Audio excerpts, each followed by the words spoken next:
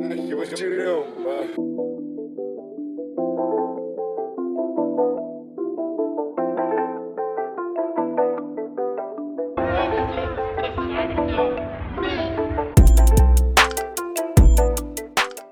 Welcome everyone to the L7C podcast Demon Slayer edition. Today we told you we would be back, and we are back, and we are reviewing Demon Slayer Infinity Castle Part 1. We have the captain with us, Mr. Byron Mitchell. How are you doing today, sir? I'm feeling fantastic. It's been a great day of football. Great seeing the movie. It's been a great weekend. I'm excited. And we have the My Hero enthusiast, Miss Andrea Alanis. How are you doing today, ma'am? Doing great. Like Byron said, it's been an awesome weekend. And before we do get into this, for anyone who has listened to me and Byron's movie podcast before about the superhero stuff, do got to start off. There will be spoilers in this review because we care about that stuff, and we obviously want the people who worked hard to get the movie to just get their coin too. So before you listen to this, go out, watch the movie, then come back and listen to this episode. This episode will be here waiting for you so you can hear our thoughts. Again, spoiler heavy. Go watch the movie. We don't want to influence you watching the movie whatsoever. We want you to watch it first, then hear our thoughts. And that's going to be the last spoiler warning for this episode.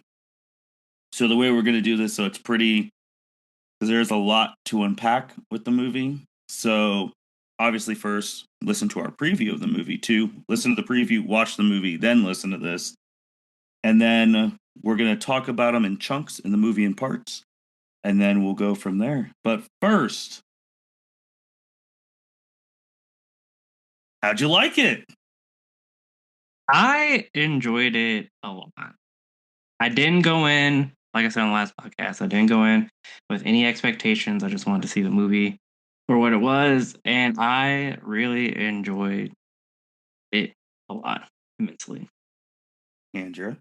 I second that motion. I went and saw it for the second time the very next day, not even a full 24 hours later. So I obviously enjoyed it.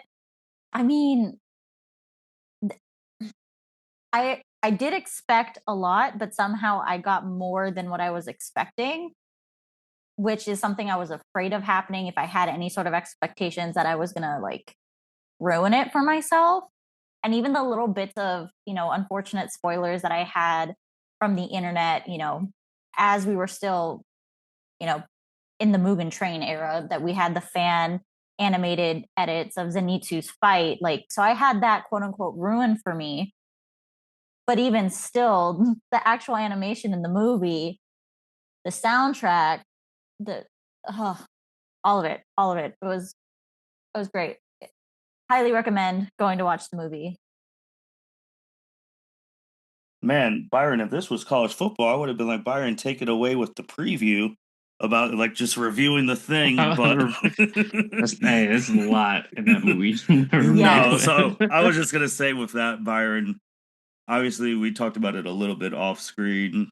You had little review of how we got here with Guillaume talking to the former leader now of the Ubayashi of the Demon Slayers, telling him the plan. Tells like, hey, I'm only telling you because the other Ashura, blah blah blah. You know that part. You see that. We see that. You see Guillaume too at the graveside of every Demon Slayer. Yep. You see all the graves, which is crazy. He does this, little turnaround and does the walk, and then we get to where we're at that we've already talked about in previous podcasts. All of them attacking Muzan. One of our favorite lines saying that you thought you had me trapped, and I was the one trapping you. You're all going to hell tonight. Tanjiro saying, no, you're the one going to hell. I'm going to defeat you no matter what. And that's how season 4 ended. Now we're at the movie, and you see Tanjiro's like, oh, after I yelled at Muzan, oh shit, I'm still falling. I'm still falling. let me hold on. Let me pull out a move real quick to like get my bearings. And oh shit, I can't do it for pressure reasons. And he's still free falling. Like fuck, there's the bottom. Then we see get saved by Big Bro. Get saved by Big Bro Giyu. Always. So we'll go from there, and again, we're gonna do bits and pieces of stuff, and then when it gets to the big stuff, we'll dissect that completely. So when they all start falling in, you see Tanjiro, Giyu, and basically all the other Hashira. They are all mixing from the start. Like, you see them, they are all it is just fighting right from the beginning. These demons who I'm going to call Cap. It is, they said in the story, alleged that all the demons now are up to lower rank status. I'm calling Cap on that. No. Ain't no way. No way. So they did kind of like, the Hashiras did kind of like fall in pairs. Like some fell in pairs, some fell by themselves. So like we have Giyu and Tanjiro, that's adventuring throughout the movie. Shinobu is by herself. Kanroji and Obanai, the snake boy, they're together. Gyome and Miss Boy, I forget his name right now. Toki Toki are together, and then Sanmi is by himself. And then, those are the Hashira that. Yeah, they're by themselves. And then also you could talk about too, like with Toki and Gyome. Toki deducted, he's like, Master told you about the plan, didn't he? Mm-hmm. And Gyome was like, yeah. So then, obviously, Toki's like, damn, Muzan took my real dad and my second dad. It's up for him. Yeah, he was feeling some type of way. He was like, we gotta avenge the Master tonight. And then Gyome said he feels the same way. Pans off to Sanemi, feeling the same way. Sanemi was like in little like meditative like state. He was just there sitting. That demon, I don't know what the hell that demon was trying to do. He died instantly. Instantly. And then Sanemi, you see Sanemi, he's still crazy, but he's crying because, he really loved the Master as well and all of that. And Gyome said we all feel the same way, which was part of the Master's other plan to supercharge the motivation. How do you supercharge the motivation? You have your dad get killed. Yep. Yeah. I mean, he was a surrogate dad to all, and they said he visited every Demon Slayer where they were injured. You even saw a new panel of him visiting Tanjiro. You can't tell if it's after Entertainment District or after the whatever previous thing, but he visited him, which we didn't know. So, I like that they added that part. Like, it makes you feel more connected to the Master. Like, he really did love his Hashira, his children. Like, he would visit them, like, while they're breaking death. Like, he saved Miss Boy from his breaking death. So that's why Miss Boy feels like he's his surrogate father, because without him, Miss Boy wouldn't be here. I mean, they all do. And I think also, too, with, because, God, he was visiting all of them when he was dying himself. I think that's the extra thing. Like, he does not have to do that. But the fact that he was doing that adds to that extra emotional connection with all the Demon Slayers, especially the Hashira, because, he was closest with them because they had the more direct access to him and then things like that. But, yeah, they go from there and you just see them all smacking. A quick little thing about how you knew this movie was going to be crazy. The little tag team between the brothers of Giyu and Tanjiro. Yeah. Against the lower ranks. That was, I'm not weak demons because they're not. You can't tell me. But they said they're lower rank. You can't tell me those demons that they were fighting. Whatever. No. Like lower. Like these are people stronger than Ryu that they're just chomping up. Not gonna accept that for the Hashira, but the others. But then to go back to some people, that's why the Hashira training arc was so important. It did buff them up. So maybe, but it was just the fact that I was just like, the last lower rank we saw was lower rank 1, and that was a whole movie. Right. So, right. And I mean, that was obviously like, it feels like ages ago. And, when we get to Akaza, I know I'm skipping ahead a little bit, but he kind of makes a comment about how much Tanjiro's like had to work to improve to the level that he did in such a short amount of time. But for us as the audience, we feel like it's been forever. It's been 4 years for us. But realistically, it's probably, I don't know if anybody's actually kept up with the timeline, but it's probably only been like a few months, maybe a year. So really hasn't been all that long, and they've made significant strides. But to me, I know that comment was made that they're all like lower 12 Kiseki level. Yeah. To me, the fact that they all had just like throwaway basic demon designs, and most of them don't even really look humanoid. I'm like, they're just, the Zenitsu, excuse me. What is that called? What's his name from Naruto? Zetsu. Sorry. The Zetsu army. I was like, I had the Z right. Yeah. Hey, remember, Toby thought he could win the war with just 10,000 white Zetsus. He did. He thought he was gonna win just with that. That was just pure numbers, though. He even admitted that they were really weak. So, like, I mean, it was just more of like a swarm idea, which is totally fair. It's just, when you have a lot of a low-ranking soldier, depending on how things play out, they can all get wiped out. It's the whole. I mean, it's a chessboard. You have more pawns than any other piece. And that's what they said. That's what they said in the movie.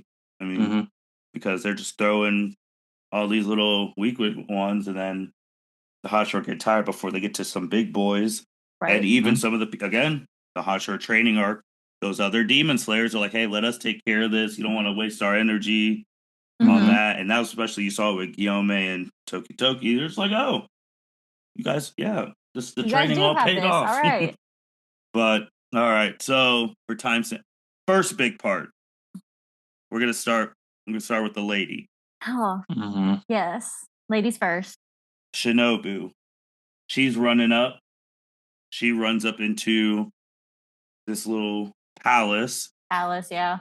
She just walks in, just sees a demon just casually chomping up on some girls. Casually, like, ooh, is someone at my house? Who is that? And then, like, why is he eating someone? And then another girl is crying for help. Yep. And, this demon, who's such an asshole, is like, oh, I'm going to help you because I'm just going to eat you up. Yep. Shinobu shows the speed, saves her at the point, but then she was already cut up to ribbons. And then Shinobu's looking at the demon. Things are popping in her head. She's remembering her sister's description of the demon. And now we are finally, it is all clicked. Shinobu realizes this is the demon, Doma, upper rank number 2, that killed her sister, one of the former Hashira. Here we are. Revenge match number 1. Revenge match number 1. One of the big ones. They obviously had the conversation. You finally see Shinobu being able to show her true, like the anger that she's been holding in, and all of that, and all her different breathing forms. That was really cool to see. Well, let's start right there. This is the first time we've actually ever seen them. Yep. Because when the last time we saw her fight was during the Butterfly Mansion, and she smoked that girl in like 2 seconds. Yep. So we got to see all these other insect breathing forms that we had no idea what they looked like. First off, she said ladies first. Andrea, what did you think of actually seeing Shinobu getting busy? I was floored because, like, from again different just things online, seeing the rankings of Hashira by strength versus speed. Like, I knew she was the fastest one, but that first burst of speed, taking Doma by surprise, whisking that girl away. Unfortunately, it wasn't fast enough because, like you said, he managed to slice her up. But then Shinobu's first just head-on attack going straight through his freaking eye was so satisfying. Oh my god, that was so satisfying. And then getting to hear the music at the same, like, I was really pumped and amped and excited during that whole fight. This is very off topic, but I read a webtoon called Jungle Juice, and it's kind of a weird concept where people get superpowers based on insects, and the main character is a dragonfly. So, like, her going through the different types of, like, flying insects, attacking flying insects, made me think of all of that, and just that was a really cool tie-in for me personally. But it was just it was awesome, and it was great to have her. I don't know about you guys, but I felt like she was more authentic because she was able to just fully express and let out her anger and direct it Mhm. towards like, you know, a very viable reason and source of that anger, without having to sugarcoat, without having to like quickly plaster the smile back on. It it was an amazing fight. My only critique, and I think this is just also just the source material, unfortunately, and the power differential, it just went by too quick for me. That's my only little like ouch. Because I wish we would have seen her fight longer. Byron, your thoughts? I know one of the things you thought were like, oh, look at all these different like these moves. Mhm. Yeah, like it was cool, like actually seeing her go into her bag of forms for insect breathing. She was moving faster than I thought. Because I didn't know she was like the fastest of the Hashira until Andrea said it. But she was moving, man. She was moving. Had the poison injecting into Doma, but Doma being upright too was just absorbing, and the poison's not lasting long enough for Shinobu really to do stuff. But it was good seeing her fight. Yeah, I mean, I was, watching it as everyone else was, and I was just like, wow, she's like really going. But then Upper Two was very smart because he's like, oh, each time you're changing your sword in your little like thing, you're changing the dosage. Like, what are you doing now? What are you doing this and Mhm. that? And I'm just like, oh, so that's where she keeps the poison. I was like, all right, all right. And then when she took the first fatal blow, and then like Andrea said, being her authentic self, you hear her insecurities Yep. about like, oh, if I was taller like my sister, if I had Mhm. bigger hands, maybe I could have done X, Y, and Z. And Right. then another connection too is that when their parents were killed, it was Gyome who Gyome. saved them. So we got to Mhm. see that connection. So that was cool. So that inspired them. And obviously both the sisters become Hashira. And then when she's having this self pity stuff about herself, she has her sister, the spirit of her sister, telling her to stand the fuck up. Yeah. Like, you're not, no, you are Shinobu. You are Shinobu. You are the insect Hashira. Hashira. Get up. Mhm. And then she powers up her, like, again, before this, I thought her little ultimate move is what she did to that girl in the butterfly mansion stuff. But Mhm. I was like, oh no, whatever that move that she did on Dome, I was like, oh, Yeah. wow, this is great. And like, I was just like, so her having that, and then like Andrea said, unfortunately, it was not enough. And because of the fatal wound and Doma, he's such a condescending Oh God, I asshole. know. He's I such a hate him. He's like, that was so great. Blah you blah did so blah. good. You're so weak, but you tried so hard. It's like just So then God, you hate those people. now it's time to eat you. Blah blah blah. And And then give me the honor of joining my body for all eternity. so then her little disciple runs in Right before, yeah, right and right before as Yeah. he crushes her and kills her. She gives a little hand motion to basically give like 50 sentences in two little fingers about his techniques. Which, go back to that.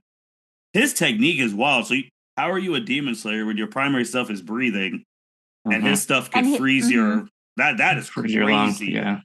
His blood demon art is crazy. it It's is. crazy to fight against. Like, I don't know how they're gonna beat him from just seeing his blood demon art and his Right. fucking shiny ass fans. I thought the fans were the main thing. I really did, obviously, until Mhm. this movie. But then I'm also a sucker for like artsy and very pretty, whatever. So like seeing the like ice lotus things, I thought Mhm. that was going to be the primary issue because I thought, I don't know, my brain always goes to like water bending and shooting ice and things like that. But then when she's like, oh, he mystifies the ice, so then you breathe it in. I was like, oh, son of a, Mhm. nice. Like I had not considered that. So he just makes the ice lotuses just as a flourish because he can. Because Mhm. Yeah, so Kano comes in, sees her die. yeah, Then she's screaming no, and then Doma quickly absorbs her in because that's a faster way. He eats her, like because he can get the full chance. Like, oh, I'm gonna eat her arms and stuff. Like he didn't have the time because Kano was super pissed as he should be. Yep. And then that.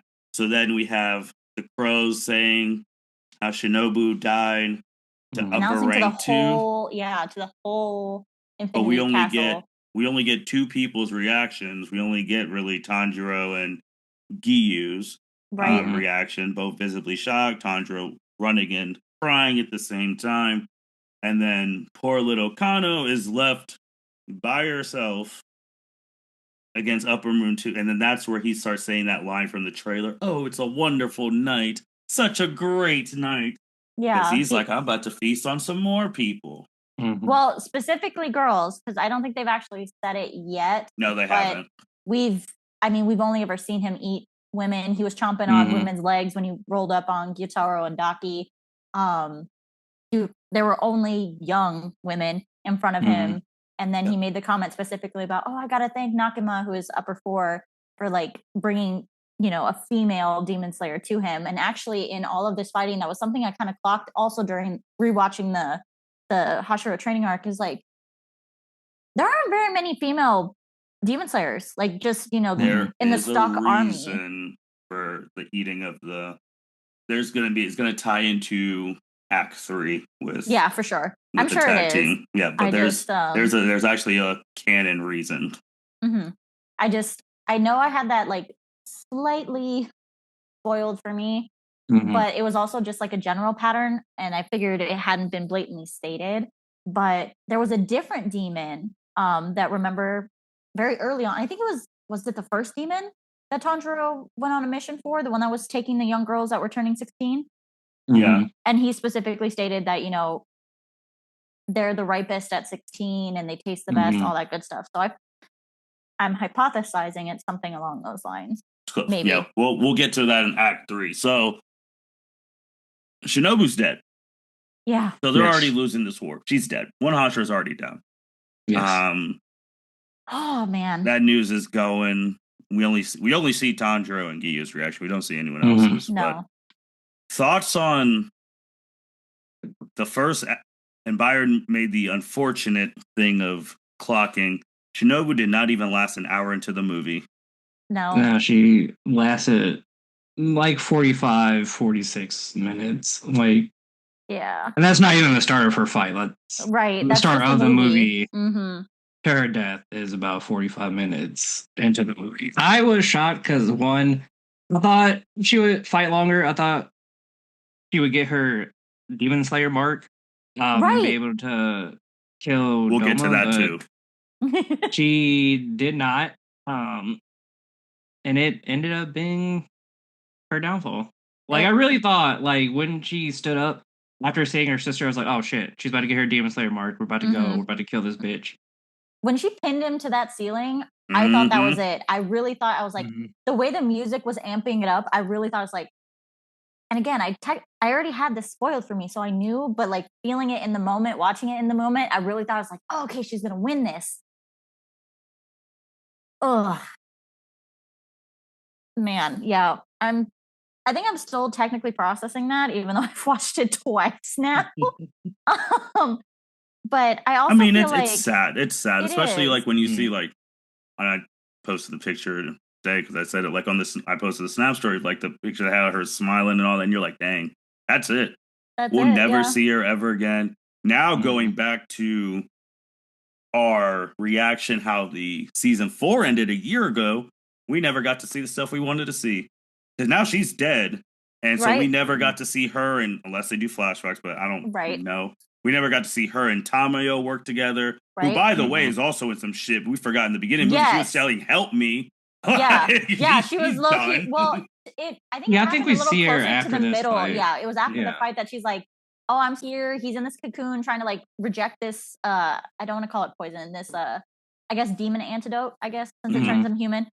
And she's still like, essentially, she's also being absorbed by his like human cocoon thing. I remember when the first time I watched it and I saw it and all the sounds, I was like, ugh, it just, all of that stuff grossed me out. Like the texture of it, the sounds of it, ew.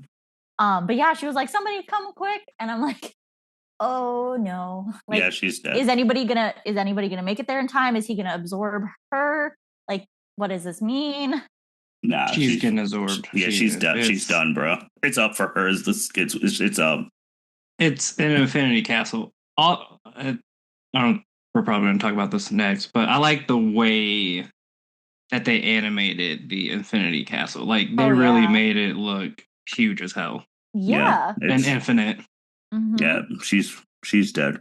Me and Byron have an inside joke. Like those situations when she's dying. And then when Shinobu died, like our inside joke is like, damn, they need to call Kurosaki Ichigo. Like he would have busted in there and just killed all of them real quick, and this would have been game over. Just obviously, if you've been watching 1,000-Year Blood War, that's exactly man comes when it's time to come save the Soul Society and come save all of existence. He comes crashing in. That's who they need right now. They need some fucking help. But they're down. Shinobu's down, so we never got to see those two work together. They may show in flashback. We never even know if they've met. Like we may not get to see that because both of them, even though it hasn't seen, both of them died in the first movie. Like pretty much, one's dead and one's on the way. I don't know. I don't know. I have a very hard time saying for sure that Tamayo's dead. I think. Oh, she's dying. I think if she dies, she's dead. This is how I know she's dead. No. This because is what I know. I don't think she's dead. I'll let you finish. Okay, go ahead. It's like I don't think she's dead yet. Like we do see her pull closer into the cocoon, but we didn't like have a final something or other to say for sure that she's dead. To me, I very much think there's the possibility nobody's going to make it in time and that she does die, but I don't think that's going to be confirmed until the second movie. So that's why I have a hard time saying, like, for sure, as of right now, she's dead. This is how I know she's dead. One, we see her scream out, help. And then at the end of the movie, when Muzan's talking his shit, we don't see her again. That's how I know she's dead. She got absorbed. And then from her screaming help to the end of the Muzan talking shit, somewhere in between that, running his we'll get to that too. Running his fucking mouth. But yeah, so I mean, rest in peace, Shinobu, man. I do think the second Hashira to die since Rengoku that we've seen, and we knew there was going to be casualties. We've gotten lucky. Rengoku died. Tengen retired. The other, once the Swordsman Smith Village arc, where both of them survived, I was like, oh, it's up in the castle. They're going to start going down. So that was the unfortunate big act of one Shinobu having her last stand. Right. And from the first female Hashira we've ever met to having the butterfly, healing them and all of that, and now she's gone. Gone forever. It's sad. It's very, very, very, very sad. And then I will also shout out to, I told Andrea this too, there was a lot of cool Shinobu cosplays and all of that going to the theater for the premiere, and they all looked really good. And then for some people who may have been unfortunately spoiled like Andrea, they were paying their respects. Yeah. Second big fight of the movie involves one of the big trio of Mr. Zenitsu. He's running. He's looking for one particular person, and then everything else can fall second way. He was running. There was these two little demons who they got killed instantly. Yep. So then he runs into, the other most least favorite person in this entire franchise, besides Naodoma and Muzan, the new upper rank 6, who used to be his quote unquote Anarchy, his big bro, who they were both studying under the Thunder style. And we have talked about this guy. If you watch the connections, he has been a piece of shit since the series even started.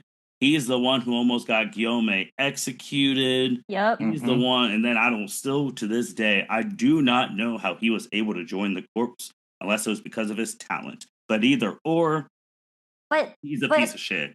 But what talent, though? Because also I noticed in this flashback, and I haven't seen any reels about it or anyone talk about this, but there was a brief flashback of Kaigaku, is that his name? Yeah. Yeah. I Yeah. don't say his name. I already told. I'm I'm not sorry. saying his name. Oh, You can okay, say it. I'm well, not. He's a piece of shit. he is a piece of shit. So during his like little flashbacks where he's going on about like his life philosophy about being like, oh, I only go where people value. I'm always going to be on the side of people who value me. I'm always Mhm. going to do what I need to do to survive. And he's talking about like that people forsaking him for doing shit, and one of them was where he's talking about that people were getting after him, or honestly, they were kids were getting after him for stealing money. And it took me the second rewatch to realize those were the same kids from the orphanage. Mhm. So he, before, breaking the rules, staying out late, brought the demon over, he was already on the outs with everybody. Because in Guillaume's memory, he kind of never really mentions that there was an incident where one of the children, one of the orphans, was stealing money. He couldn't fathom really what happened. So I thought that was an interesting tidbit, and I haven't seen it anywhere else, but I wanted to bring that up. But yeah, no, he's just a through and through piece of shit. I think Zenitsu's observation about kind of the sound that he gives off, since Zenitsu can hear everybody's kind of emotions, their internal state. Yeah, the big That- three each have their own. Tanjiro can smell anything. Zenitsu can hear anything, and then like Inosuke just has a wild like sense. Like he just has this like literally wild sense. Byron's sparking zero, like of like just being able to like track things. So they each have their own special way of finding or tracking people. Yeah, and so when he kind of made it sound like there's always a sound of discontentment, and using that analogy, and then we see it like on the screen where it's like there's a hole in the bottom of the box that's supposed to hold all his joy, and it just continually leaks out. And I thought that was a really cool metaphor just in general for people, about because he makes a comment about how if you don't patch up that hole, you're never going to be happy, you're never going to be content, which I did not expect to come from Zenitsu. So that was really cool for me. Really? You don't remember what he said to Daki in season 2? About like them, about her, like you're never gonna be happy, like placing your misfortune on others. Just because you were wrong doesn't mean you have to wrong innocent people. No, I didn't remember that actually. Oh yeah, he said that on the roof. He's like he is like that reels in it. He is like that because that's what he said on the roof before which we call Inosuke came up to help him, and then when Tanjiro came up, and then they did the little trio, and then they got her, and like that's what he was saying on the roof. Yeah, so he and she's like, "Shut up!" Well, like she hates him, and he hates her, so and that's why she's dead. But part of it. But man, so like they're having their reunion. Even he can notice it. Netsu, that this is a whole different human being. We finally get revealed the letter. Their poor little mentor, the former Thunder Hashira, he found out that his first pupil became a demon, not just a demon, upper rank 6, which means he killed a lot of people and ate a lot of people to jump from I'm just going to be a normal demon to upper rank 6 in that amount of time. Right. And they were, Vanessa was trying to ask how many people he's eaten, killed, blah, blah. So then he committed suicide. And if you remember, and we'll talk about, and this is going to connect to the third fight, if you remember when Tanjiro first met the Hashira, and Ubiyashi was reading the letter from another person who we're going to bring up, about if Nezuko ever killed a human, him and Giyu would commit suicide. And Tanjiro. Yep. All 3 of them. Yep. So, and then obviously Tanjiro was crying because he did the fact that those two would give their life, for Nezuko, yada yada. So it seems like a thing. It seems like I think that's kind of the unwritten rule. If your pupil or whatnot becomes a demon, crosses that pathway, you failed, and the only way for you to atone is to kill yourself. And that's how he did. And Zenitsu was furious for the fact, A, that the person who's Gramps has looked after him killed himself, and B, because he couldn't kill himself swiftly, so he had to sit there in pain for X how long and die alone like that. And that is a terrible way to go. Yeah. Which I didn't know until that movie, that when you commit seppuku, someone has to chop your head off to make it swift. I didn't know that until this movie. I didn't know that either. I was I don't remember what movie or what show was like my first introduction to that tradition. I believe it's a samurai tradition. Committing seppuku, you cut your stomach. I did want to ask you guys, did you both watch it in subbed, or did either of you watch it dub as well? I'd watch it subbed. I haven't watched it in dub yet.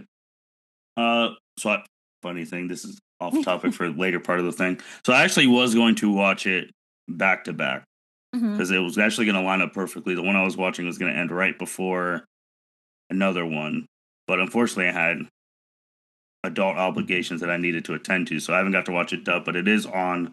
I will be watching it dub in the very, very, very near future. So I watched it in both, and that was something that I noticed was Zenitsu's relaying of this information. Of course, at its core, it's the same, but the Japanese subbed is way more specific and graphic about what happens. The dub censors it a little bit, which is weird because it's a rated R movie, right? But it could just be that because of the horrific nature of it, plus maybe the United States. I won't speak on other countries, but the United States has issues with high rates of suicide. So maybe not wanting to give specific details that they don't have to. But yeah, Byron, I agreed. This was the first time I'd heard that it should be assisted where, you make the belly cut and after I'm guessing a certain amount of time, the person who's assisting would, end it in a more merciful manner. But yeah, Gramps did it on his own. And he had to suffer in the middle that you just see him in the middle. Some guys was bleeding himself out. And no one came. He said, and the bad thing, Upper Six said, so what? Who cares? I don't care. Like, that's the one. Why should I care? I was like, oh my. Didn't he say he deserved it or something like that? Yeah, like, he did. He's like, that's what he gets for making you my success, his whatever the term is right now. Yeah, that was just so. Oh my God, the ego trip that this little boy is on, because what I'm sure he needed to have an inflated sense of ego to survive, but like holy hell did that never get put in check. And I'm kind of surprised that Gramps never would have clocked it, I guess, because I mean, yeah, as much as he's like Zenitsu, you need to be like your senior, be a little more serious, whatever. I can't imagine that Gramps would have let I guess the blue wielder, because his Haori was blue with the triangles instead of the yellow and orange like the Zenitsu's, would have probably told him that he needs to like check himself. Because again, this is also when we find out he's not all that in a bag of chips. He's dogging on Zenitsu for only learning the first form. And Zenitsu's like, bruh, you learned everything but the first form. That's why we're co-successors. Like you put us together, you got it all together. Like what? Like, well, that's not how he saw. He's like, I know more, and blah blah blah. And then obviously you see him become a demon because, well, to his unfortunate bad luck, maybe good luck, he runs. I don't know. He's just casually in the street, and he runs into Upper Moon fucking 1. Yep. And then he killed all the other demon slayers, and then that means that man got on his knees and begged for his life. He did. And then Upper 1's like, you know what? Here's some of my blood. We'll see if he rejects you. Blah blah. And someone I saw posted about the symbolism of how he looked into the blood and already saw that he was meant to be a demon. Like he could already see the reflection of what he was about to become, taking that blood. And he's like, oh, sometimes if you have breathing styles, it takes a little longer for the blood to work. We'll just see if you do it. I was kind of hoping we would like have a flashback of Kokushibo telling him how long it took, because Kokushibo's like, yeah, for me it took 3 full days, and we know how fucking strong he was. Like, so I'm thinking like, man, I really wanted them to say a really small number of hours so we could just shit on how weak you are in general. But it was never discussed, not to my knowledge anyway. So I will say to your point, Martin, I think you definitely could tell he back, because you can see the fear in his eyes when Upper Rank 1 was talking to him like, you better drink this whole.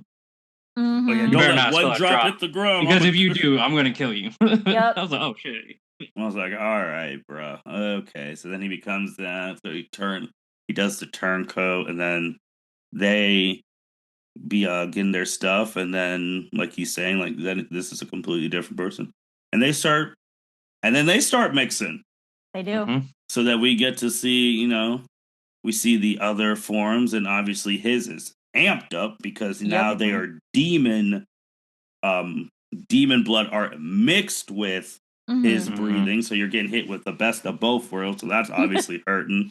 So then obviously he's like, all right, like Andrea said, he just chastises. That's just show me the one form that Mhm.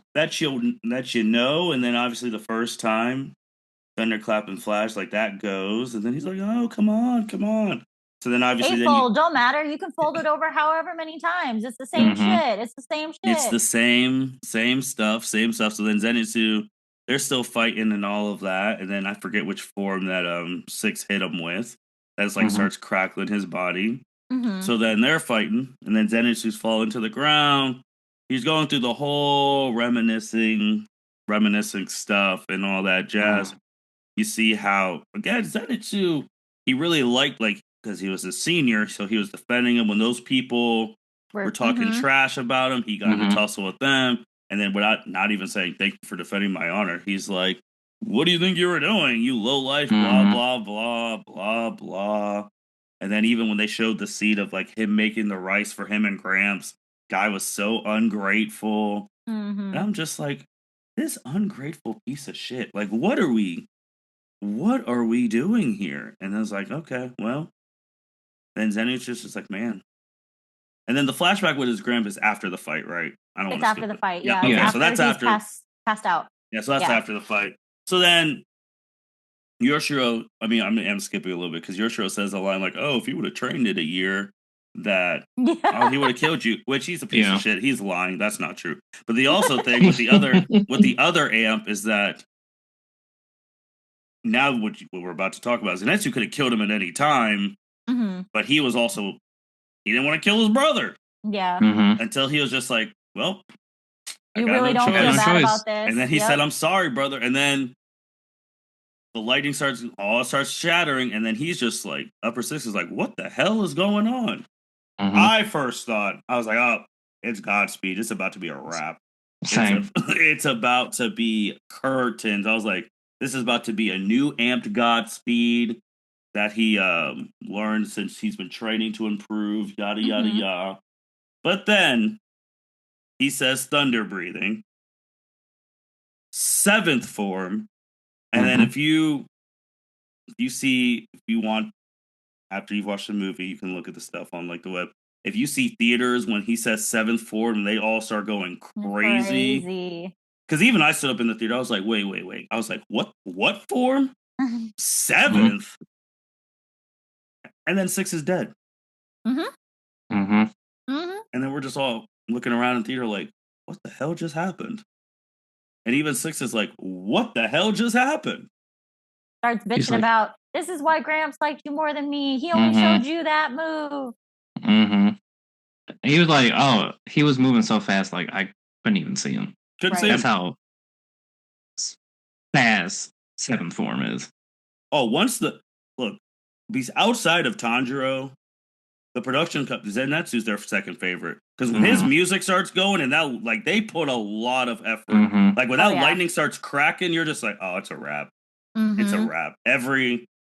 It's like, he's dead. And then he told him, he's like, no, he didn't show me this. I made this on my own, and I was going to use it to fight alongside you. I was like, Mhm.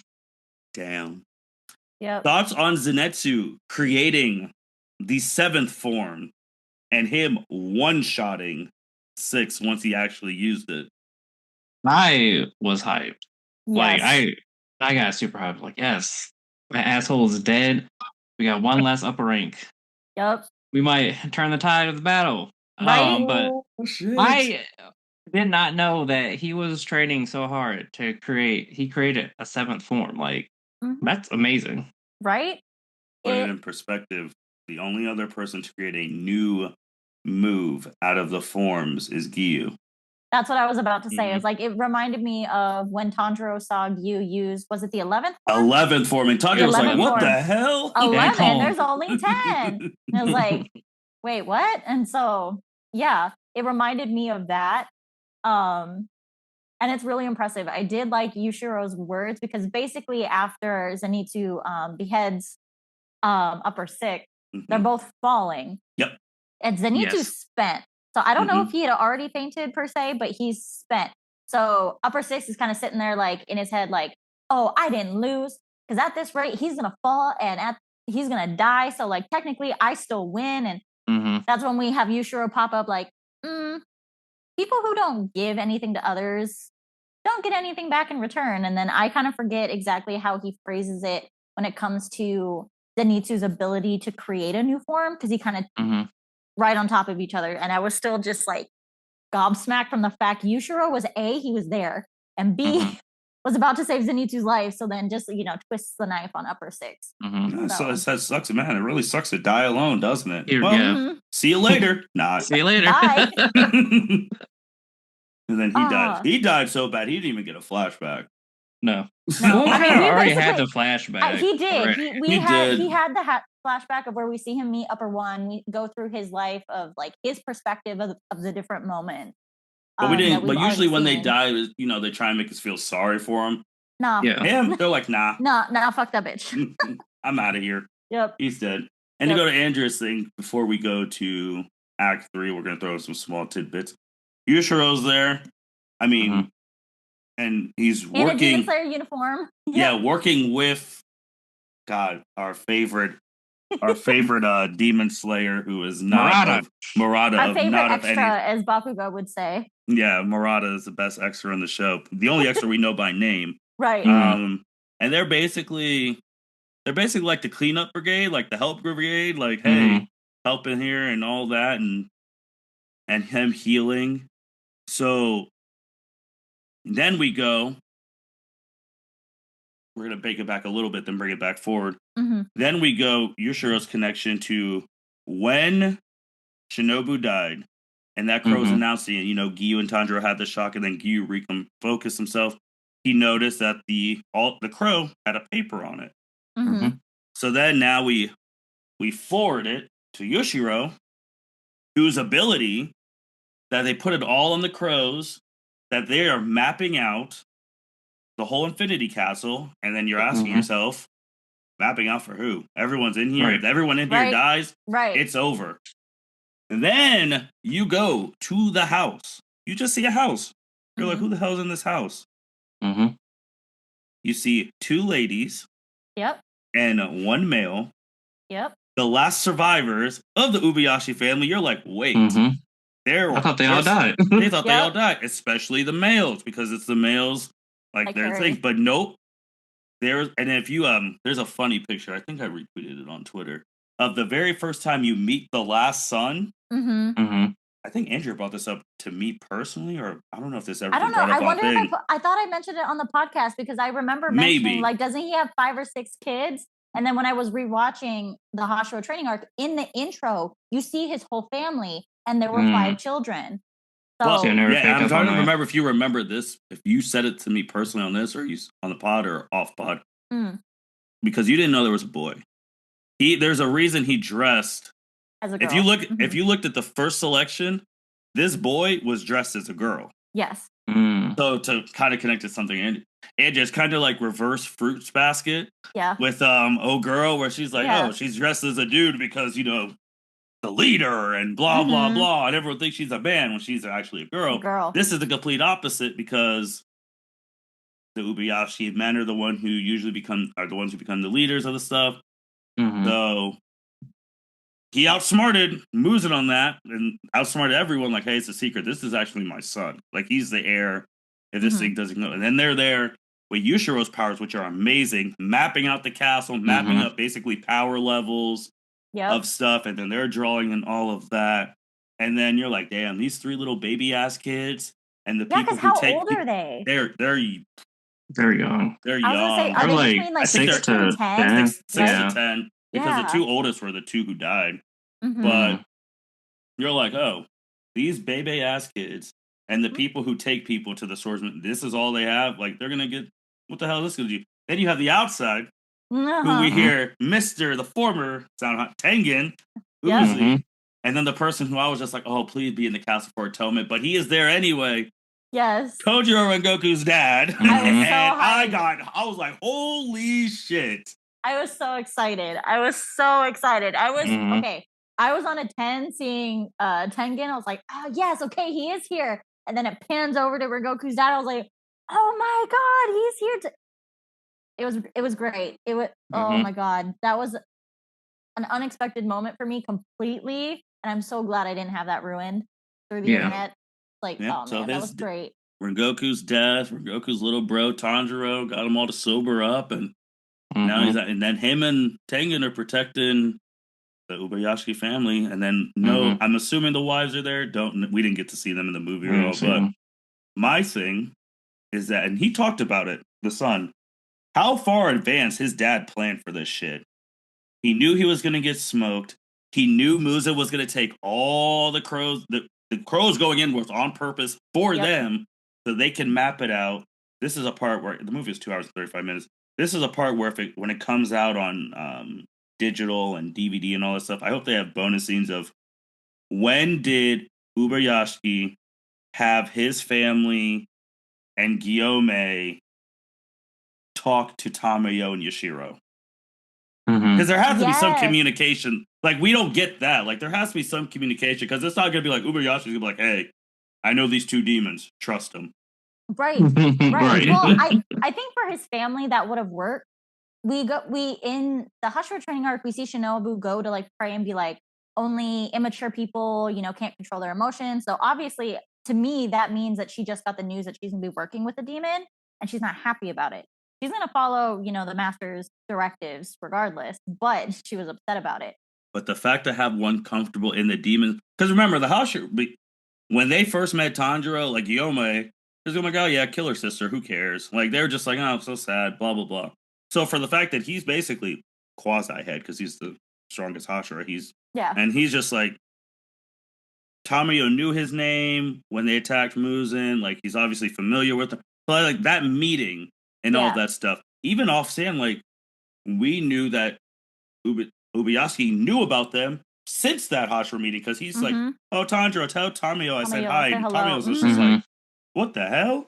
Yeah. So, like, when did they interact? When did they meet? When did they start Mhm. working together? Like, when did he bring? Like, that's the scenes we didn't get to see, and I hope we get some explanation on that because it makes no sense how Yushiro's in a Demon Slayer garb and him Yeah. and Right. our favorite extra are just communicating like, you do know this is a Like demon. chunks.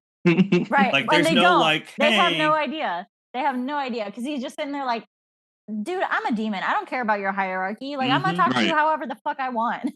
because you know there's gonna be people, like, especially some of these other Hashira, most of them, like, how do we know he's not gonna turn? Like the fact that we need that more explained. Just saying, because that was just wild, and he's there having a big role, sensing the power levels, all of that, because they're trying to find Muzan. Because you Right. kill Muzan, this is all over. But they're like, we can't find him in this damn castle. Mhm. And then you see Mhm. like the big power levels. Obviously, you see Doma, and then obviously there's Upper One somewhere. Yada yada yada. There's Yep. another Mhm. one, but then you see this other one, and they're like, oh, Tanjiro and Giyu are running towards one, Yep. Mhm. and here we are to the third act of the fights. Before you start that, actually, that is a great point that jogged my memory about something. Specifically, why they couldn't find Muzum based off his power levels is his name's Hiria, I believe is how you pronounce it, the Mhm. new head. He specifically postulates that Tamayo is still suppressing Muzan's Mhm. like Mhm. power, and that's why they can't see him. And at the end of the movie, they still don't mention seeing him. So I'm just that's more evidence to me that she is not dead yet. Just my 2 cents. Byron's Yeah, smiling. She's like, actually. oh, she's in the grave. Hey, I will you might be right, Andrea, because they Not did. yet. The son did mention that she is suppressing his powers. That's why they can't find her. They can find him, and they need to find him before they sense that before he senses Yoshiro's power. So Right. she could still be alive. Oh, I just man. know. I don't have a feeling that she I is. mean, I agree that she's probably going to be dead. I just, at this moment, I don't feel comfortable saying for sure she died in the first movie. Oh, I mean, I think they just didn't show her dying in the first movie because they wanted to escape the allegations of killing 2 of their prominent females in the first movie. I mean, I Yeah. guess it's fair. I mean, that's just me, but we can also say a thing like, bro, y'all might not be able to sense him because he's in a cocoon. Also that. Maybe, because I mean that could be rules that we don't know that they don't know. So this cocoon is multi-layered, and you guys are talking about sensing him, bro. Y'all have not ever came in contact with him since when Yorichi was about to put him in the dirt until now. And the only reason you were able to is because Tanjiro was able to smell him because it has the same smell of the people who killed his family. If Tanjiro didn't have his nose, y'all would still not even know what the man even looks like, for real. So then, that was a good point, though, Andrea. And then they're like, oh, Tanjiro and Gi are about to run into this power. And then they're running, they're like, oh, we need to get to Muzu. We don't want any more people dying, blah, blah, blah. And then you hear sounds. And then Giyu's like, oh, it's coming from above. And then Tanjiro's like, oh, this smell. And then you hear the long time no see. And then Byron, I'll even give you these couple seconds. You've been waiting for this for a long time. Well, man came down and we see Akaza for the revenge fight number 3. And then he said, Tanjiro, comment. How did you guys, especially the sub one, how did you feel when Tanjiro was hot and yelled Akaza? Oh, I got hyped. I was like, yes, it's finally time. This is what I'm here for. The revenge fight of all revenge fights. Right. As soon as they're like, oh my gosh, you and Tanjiro are headed toward this massive energy, it's like, oh, we know who that is. We know who that is. Oh, man. And then when he was like, oh, I've known this smell before, I was like, yes, you do. It's time, buddy. Oh, my gosh. He comes down. Obviously, they're on name basis. This is where we actually see how strong Tanjiro's gotten since Mugen Train, because he was able to dodge some of the initial attacks and lay some hits on Akaza. And even Akaza's like, whoa, what the hell? Did y'all's theaters, when Tanjiro actually slices his face, did y'all's theaters like all audibly gasp? Because both of the times I watched it, everybody was shook when that happened. Because I wasn't expecting it the first time. I saw it early Friday, and there's like maybe 6 other people in my theater when I watched it. But they were relatively quiet. I think we're all just processing what's going on. Byron, actually save that part for your theater experience for the end, because I'm actually going to bring that up at the end of that. But that's also a good question by you, Andrea. But like the year's reaction, like then you hear Giyu's like, damn. And then he's obviously thinking about, because he's seen Tanjiro since episode like 2. And then from like now, he's like, man, you've refined yourself. Your stuff is like Hashira level, things like that. And then he's like, oh man, Akaza, you've gotten so strong. I mean, you had to because you were so weak, blah, blah. And then we just start mixing for the next 40 minutes. We just start mixing. we just start mixing. They're mixing. Then Giyu comes in. And then he's like, oh, he instantly knew the water Hashira, blah, blah, blah. What's your name? Giyu's like, he really said, I really do not like talking. And I don't feel like giving a demon my name. Yeah. And then, of course, later on, Tanjiro yells, Giyu-san. And then he's like, oh, your name's Giyu. I was like, I know some people, I'm not going to name names, who would have done that same shit in real life. What's also funny is after Giyu said, I really don't feel like talking, Akaza said, that's fine with me. I'll keep talking. I don't care. And they are going, and here's my... I don't know how this timeline makes sense. Akaza says that Giyu's probably the best water hog. Like, he hasn't fought in blah, blah, in like 50 years, right? 50. How old is Urokodaki? Yeah, because that had me for like the whole movie. I'm like, that doesn't make sense. To me, the way I understood it, because my first thought was Urokodaki, he fought Urokodaki, but then he specifically said when he fought him, he killed him. Yes. Urokodaki's still alive, so my guess it's Urokodaki's master that he killed. So that means Urokodaki's a lot younger than we think. Because I always felt like he had like the old, like, he was like a fitter version of the former Thunder Hashira. Right. Like, I felt like, I don't know, headcanon for me, former Thunder Hashira, Rengoku's dad, Urokodaki were all in the same class. That was my headcanon. But then they're all like varying ages. There we go, yeah. That's where I was like, I felt like Urokodaki and the Thunder Hashira would have been like if you put it in a high school setting, they would have been the seniors, and Rengoku's dad might have been like a freshman. Yeah, because I'm sitting here, I was like, that makes no sense because Orodaki's still alive. So is he? Now I'm like, oh, he must be a lot younger than what I think. But then Giyu is like, they're like the Hashira, like the youngest one is the Miss, and he's a year younger than Tanjiro. He's 14. But all the other ones are like in their like mid, like becoming like young mid, like 18 to 21. Guillaume is almost like 26, 27, something like that. I think so. Yeah, because he's the oldest. And he has to be because if he saved, because he's older than all of them. So I'm just sitting here, I was like, that math ain't mathing for me. That's why I was sitting here, I was like, I know he didn't fight Orodanaki because he's still alive. Yeah. But then while they're mixing, we unfortunately, Andrew, you brought it up last time, and this is, we don't really want to stain on our Rengoku. We see that Akaza really was playing around with Kojiro because in this fight, before it really pops the fuck off, he starts using his feet because he's like, oh, Tanjiro and Giyu, they're actually like, they're fighting for real. So I need to, let me pump it up too. So he starts using destructive death with his feet. And we're just like, leg type. I was like, damn, he did not use that against Rengoku. And that's when it was officially confirmed. I was like, oh, he was really playing with Buddy. Yeah, he was trying to get him to become a demon, so he probably didn't want to kill him. Right.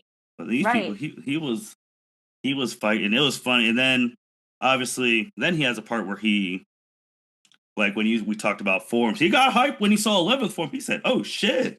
I haven't seen that one before. Yeah. Yeah. I must have killed the other one before he got to use it. That was kind of his assumption. Yeah. And then he kicks Giyu into a wall. He goes flying.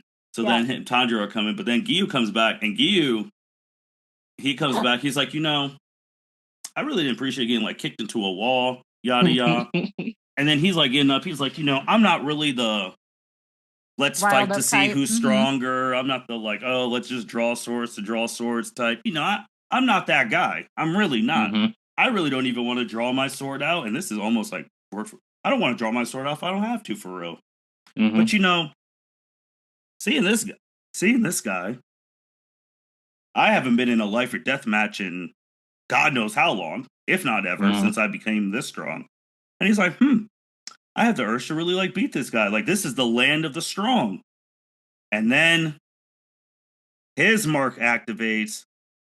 And this, I know everyone's going crazy, like remarks and all that shit. And Giyu gets the fucking Giyu and Akaza. Once that they were going. And Tanjiro, as they got faster, Akaza's like, oh, see the mark. And like, they just, that sequence, absolutely crazy. Andrea, I know he is one of your favorites, if not your favorite Hashira. How did you feel seeing Giyu go to fucking work against Akaza? Not a scrub, Akaza. Right.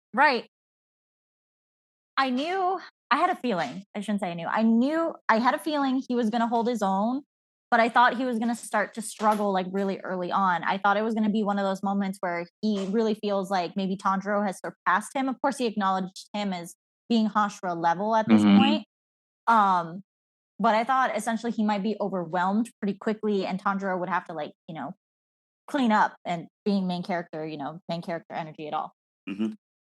I did not expect the blow for blow, pound for pound, and I honestly didn't expect his mark to activate until, I don't know why, but I thought it would happen later on. I didn't think it would happen that early. And honestly, his explanation for it made me laugh, especially when he was like, man, my back hurts. I don't appreciate being thrown around like a ragdoll. Ball. It's like, well, it's kind of crazy because the one, like Giyu, the way he's activated, he's like, oh, yours? All right. Say less, let's go. It was literally like Giyu. It's almost like he has some, to quote another anime, he has some sand in him. Like that is some Goku-esque shit. Like, you're strong.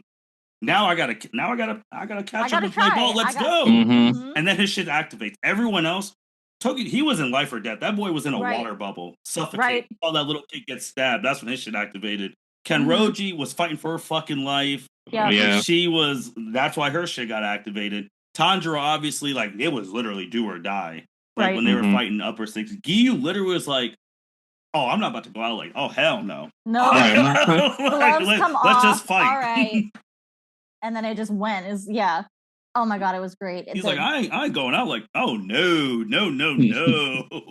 He's like, you kicked me into a wall. And like, this is what upper rank's like? I kind of low-key like it. Let's do it. I was thoroughly, like, obviously, with my Zenitsu and all that stuff, like, I've already said it, but like, Giyu to me, outside of like my boy and Entendre, he stole the show.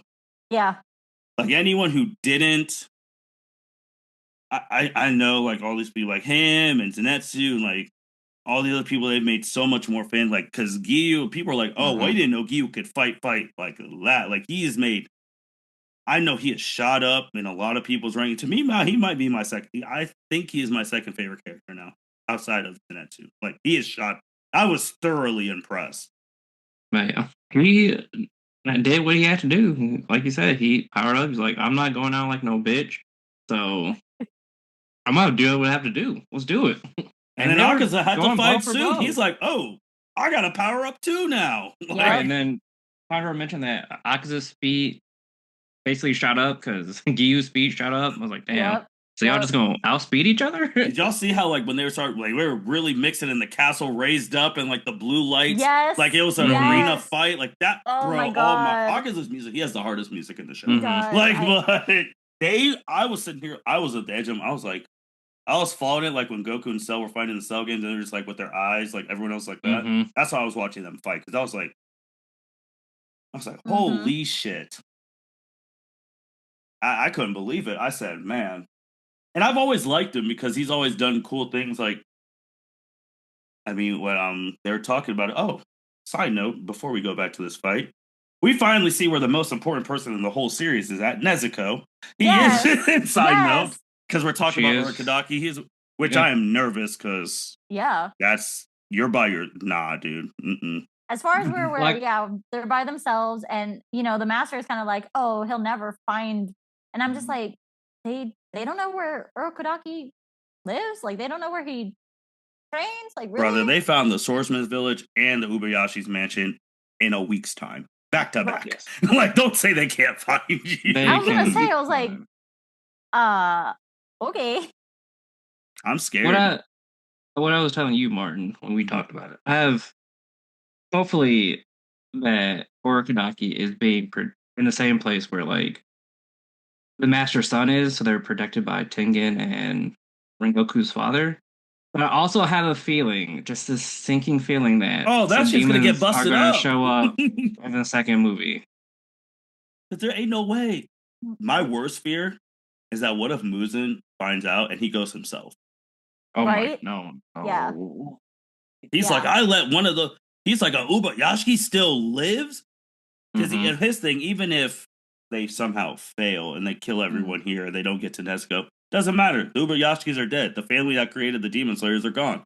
There's no way they can be made. If he finds out there's some living still, oh no. Yeah. No, not for long. That's exactly the reason, because it was going to be, if the parents just sacrifice themselves, he's immediately going to go where are the kids. So that's why they had the oldest two of them. I don't know if it was like the two eldest volunteered, or if Ubayashiki was kind of like, we're going to need some of you, like exactly how that played out. But obviously Kirya is like, my sister sacrificed himself with our parent. But yeah, because I mean, Muzan, when we saw him at the end of the Hashira training arc, is like, I cannot believe this man literally blew himself up with his wife and kids. Like, he is so hung up on the fact the kids were there and died. So to me, that like gives that layer of semi-protection, because he can't fathom that he would have killed just some of his kids versus all of them. Yep. So I'm with you. I'm with y'all, where I hope they're in the same vicinity, so that Tengen and Rengoku Senior, I'm forgetting his first name, I think it's I think it's pretty close to Kojiro, but I not. know. That's why it's like one or two letters difference. Is it ERO, something like that? It's close. You're right. I hope so, but at the same time, I don't know why I get the sinking feeling. It's at Urokodaki's place. Like, it's the same place where Gyu trained, Sabito trained. Like, it's where he lives. But I did not expect the plot device of the fact that, we know Tamayo created a drug that can turn demons back into humans. I was not expecting when we see Nezuko that she's struggling to absorb this medicine and she's fighting through it. So I had not thought about that possibility, because to me, that's genius. Turn her into a human, and that completely takes her off the board. There's no incentive for him to find her. There's no incentive for him. Is there a Mike? Because when I heard that, they said instead of, I don't think so. I don't think there's that unless she's dead. Because now you already, if she's still alive, you've already proven the fact that she can. Because she took Muzen's blood at the beginning of this whole series. True.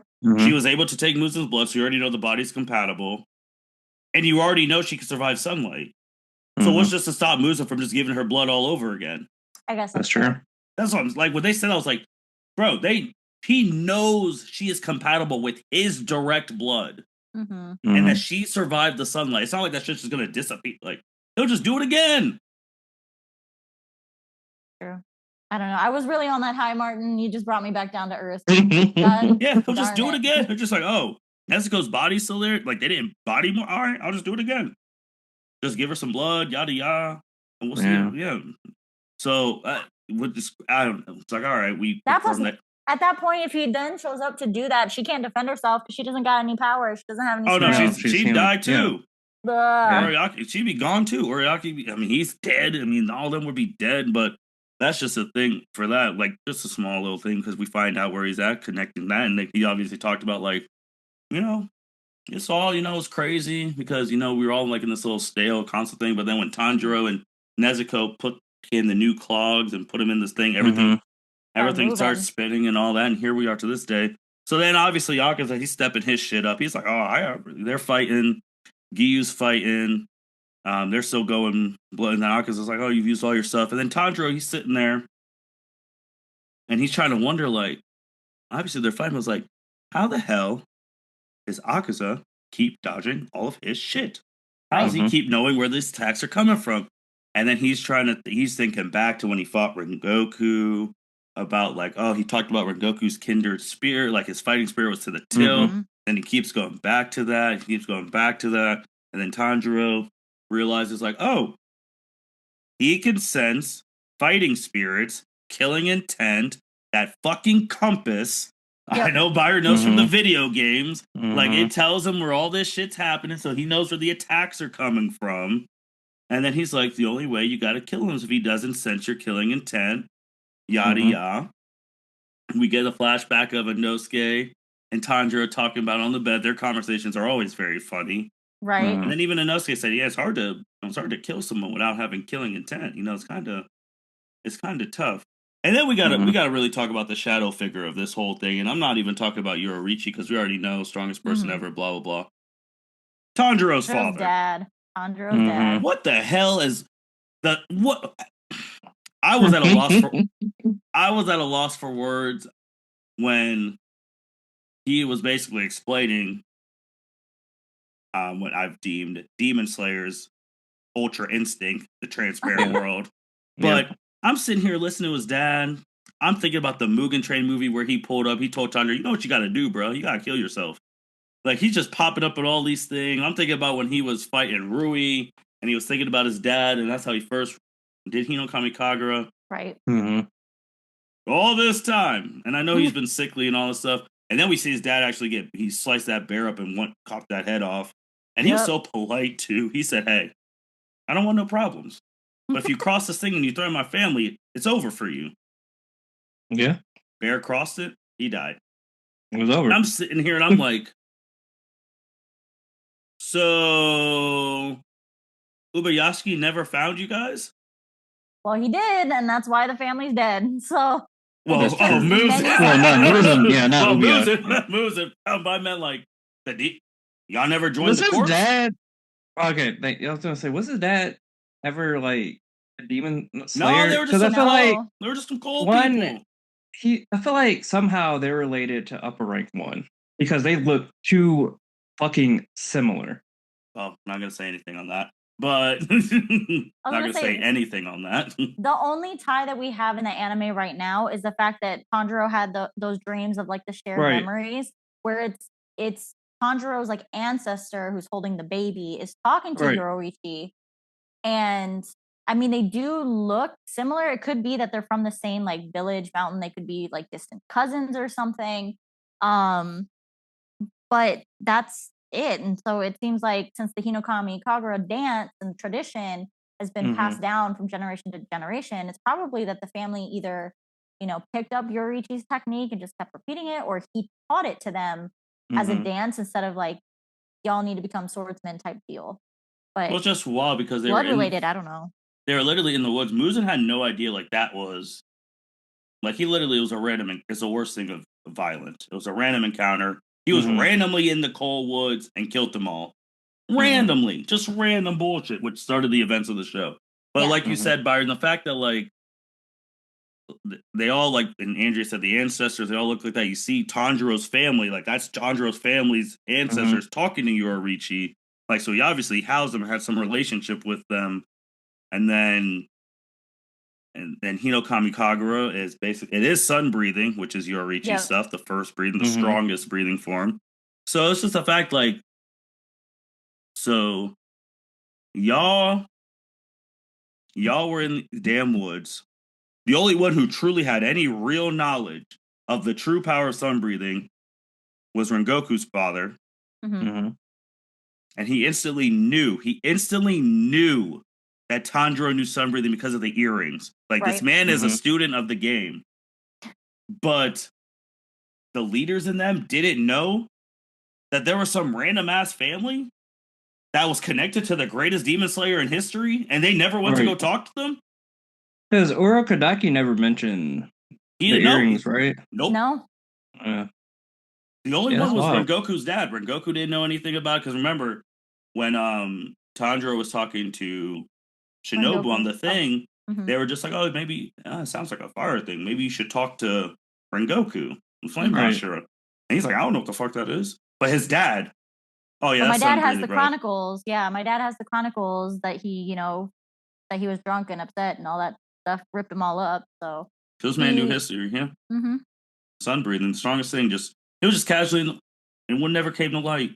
That's a great point, because also, I mean, again, rewatching the Hashira training arc, the bird is constantly talking about like Moichiro is descended from sun breathers, so he's directly related to Yoriichi. And then in his flashbacks, that's why they put so much effort into saving him too, to go back to Byron's thing. Yes, and also Yoriichi, blah blah blah. Moichiro even mentions like, "Oh, Tanjiro, actually, I finally figured it out. You remind me of my dad because you looks have like the his same dad. red eyes."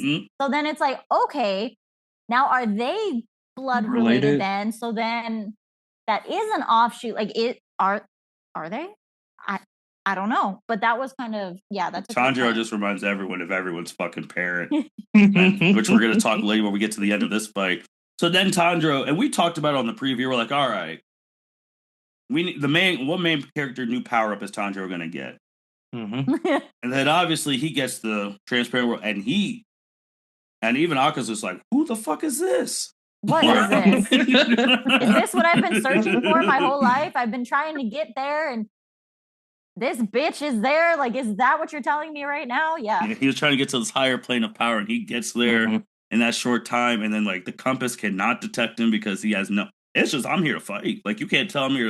I'm here and all that. We just see that new transparent world version Tanjiro go to work, and he was like, "What the fuck? This is crazy." And then because was it Gi or Akaza that mentioned that his eyes turned red and his hair changed? Turned red, changed. Full Saiyan, full Saiyan transformation, a whole Dragon Ball transformation, and he's like, "What the hell is going on?" And then he's fighting Akaza, and then Akaza's like, "I can't do shit. I can't hit him. I can't sense him." And then Tanjiro, and then he's like, I gotta do this.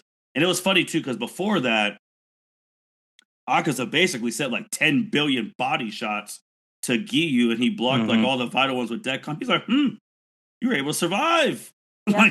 But now impressive. Impressive. And then Tanjiro goes to work, and I get hyped again. Tanjiro's finally got the main character power up we were talking about. He could see stuff. He can see like the veins and cells within the body and all the muscle contractions. And then before you know it, Akaza's fucking panicking. Tanjiro cuts his head off. Yep. And then Clean. everyone's just like, huh? Losing it. Yep. Well, I want to mention this before we continue.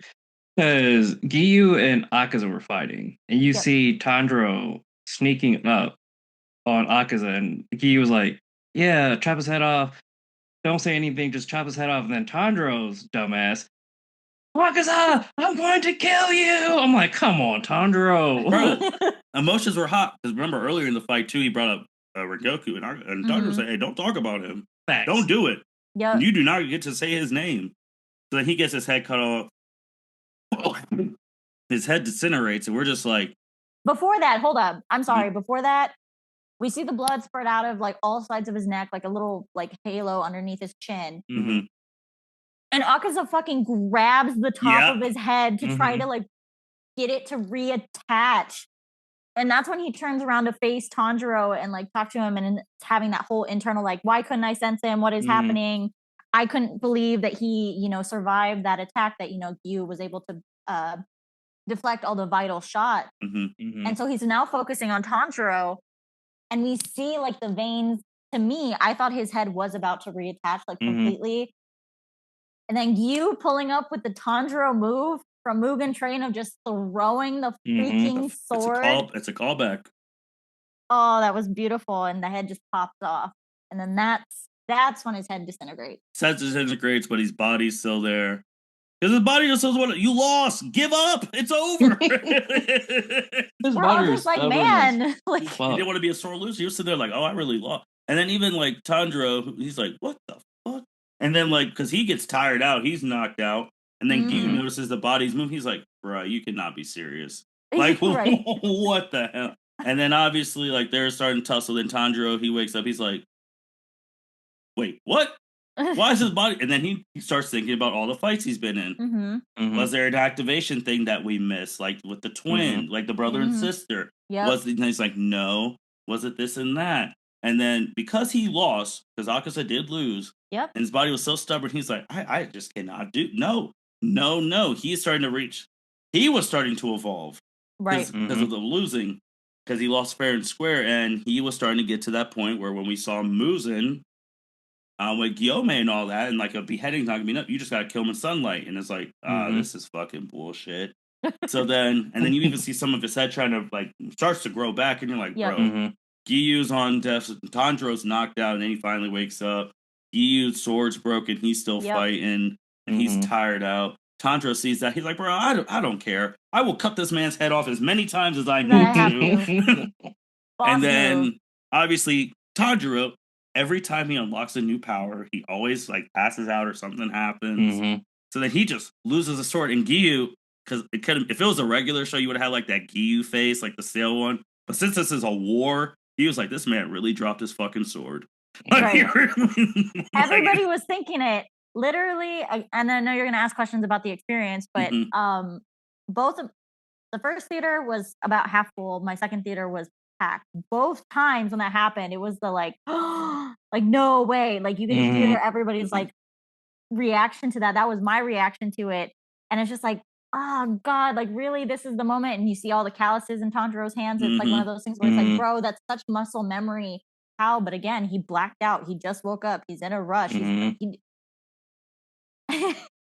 And then he comes in with the I don't know if you guys want to call it something more clever, but then he just hits Akaza with the punch across the face. Oh yeah, punch him in the face. Just he's about to throw hands. Yeah, just punch him in the face. And then now we'll go into the final part of this stuff. We finally see the Akaza flashbacks where we saw like bits and pieces during like the fight, but then we're full into it. And I know everyone, because I remember people saying like, oh, when Mugen Train came out, people are like, oh, for people who don't read the manga, Kojiro and Goku's going to be your favorite Hashira for whatever reason. Obviously, he gets in everyone's hearts because of the way he went out. People are like, oh, before this, y'all are going to hate Akaza for killing Rengoku, rightfully so, but just wait till you see the backstory. Just thoughts. We see how he became who he was. His papa was sick. He was trying to steal money for his papa. And then, like, because he was stealing, he was getting lashes and beaten from the government. And then his pops died, killed himself, hugged himself. So then that pure anime fashion. Just a mentor comes into his life who now, which we all see, which we'll get into that, his mentor's teaching him and all that. You have another anime thing, a new father figure, all of that. Everything's going well. All the anime tropes are coming. Yeah. And then you have, while you're here, because you're not paying rent or anything, I want you to take care of my daughter. So then enters the girl, who then, softens him up, and then he starts falling for her, and vice versa. And like they basically asked each other to marry, and they both said yes, they're gonna get married. He's asked to take the dojo. Everything is great.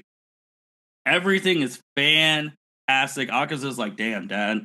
Goes to his dad's grave, signs it up. I really made it. Like you always believe that I did it. This is great. He's telling his pops at his grave. He comes back. It's not great no more. Nope. It's not great. Nope. Love of his life, new dad number 2, surrogate father, dead. Because the rival little fuckers were just like, we're gonna poison their water because we can't beat them in a fight. We can't beat them in a fight, so we're gonna kill them like that. So they're dead. And then Akaza finds out, obviously the shock, the anger is just like, just can't have shit. I really love these people and they're dead. Why does this keep happening to me? Yada yada. I told Byron this, Andrea. I don't know if you remember Shang-Chi and the Ten Rings, the Marvel movie. Yeah. When Shang-Chi's mom, when she died, that's when Shang-Chi's dad went and got those rings. Right. And he turned back to evil. Went back to that place who killed his mom. The people killed his mom. Killed every last one of them. It's the same exact thing with Akaza. He was just like, yep, the same exact thing, bar for bar. Went in there, pushed the little lady aside, killed them all, bare hands. Yeah. 67 of them. 67. Oh my god, bare hands. I hadn't made that connection. Oh my god, that's so true. The same thing as Shang-Chi. The same, just like the dad. The dad was doing his shit. Yep. He meets the girl. He's like, oh, this shit let me get my bad. life right. Yeah, this ain't bad. And then once she died because she got killed by past stuff, and he was like, all right, well, can't have it now. I gotta kill them, and here we are. But they do that, and they're explaining the scene like he was really fucking them up. Yeah.